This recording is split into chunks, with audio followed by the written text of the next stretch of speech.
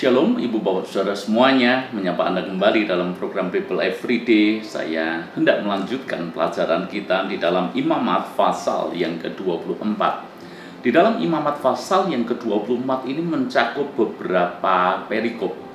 Ada perikop tentang minyak untuk lampu, lalu kemudian roti sajian, dan yang ketiga, ini yang menarik dan yang saya ingin bahas bagi Ibu Bapak Saudara semuanya.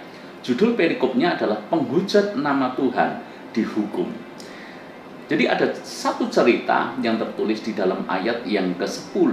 Saya bacakan, pada suatu hari datanglah seorang laki-laki, ibunya seorang Israel, sedang ayahnya seorang Mesir. Di tengah-tengah perkemahan orang Israel, dan orang itu berkelahi dengan seorang Israel di perkemahan. Anak perempuan Israel itu menghujat nama Tuhan dengan mengutuk. Lalu dibawalah ia kepada Musa. Jadi ada seorang yang merupakan keturunan Israel dan Mesir. Ayahnya orang Mesir, tapi ibunya orang Israel dan tinggal di Israel juga.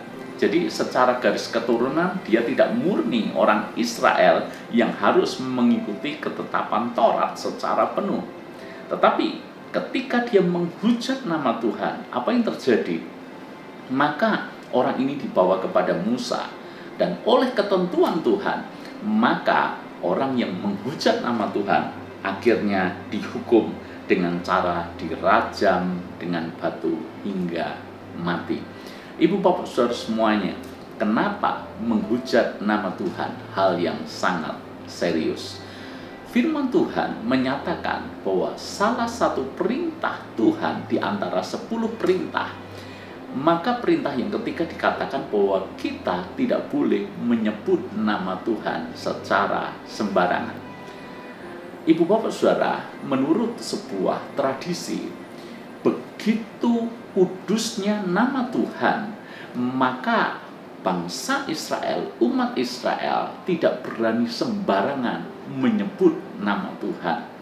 Jadi mereka untuk menyebut nama Tuhan, sebutan Tuhan untuk bahasa Ibrani atau dalam bahasa Ibrani adalah Yahweh atau Yehova. Dan rupanya mereka atau orang Israel tidak berani menyebut Yahweh atau Yehova. Maka sebagai gantinya kita mengerti ada istilah YHWH. YHWH ini merupakan nama lain daripada Yahweh atau Yehova. Kenapa disingkat menjadi YHWH? Karena buat orang Israel nama Tuhan itu sedemikian kudus, mereka tidak berani menyebut nama Tuhan secara sembarangan. Makanya diganti atau mereka menyebutnya, menuliskannya dengan YHWH. Bahkan menurut tradisi juga, para imam atau penulis kitab Taurat ketika mereka menuliskan kitab-kitab itu, menyalin kitab-kitab itu, begitu bertemu dengan kata Yahweh atau Yehova atau YHWH tadi, maka mereka yang menyalin salinan daripada kitab-kitab Taurat itu, mereka harus membasuh dirinya dulu, berganti pakaian dulu, baru kemudian menyalin itu YHWH.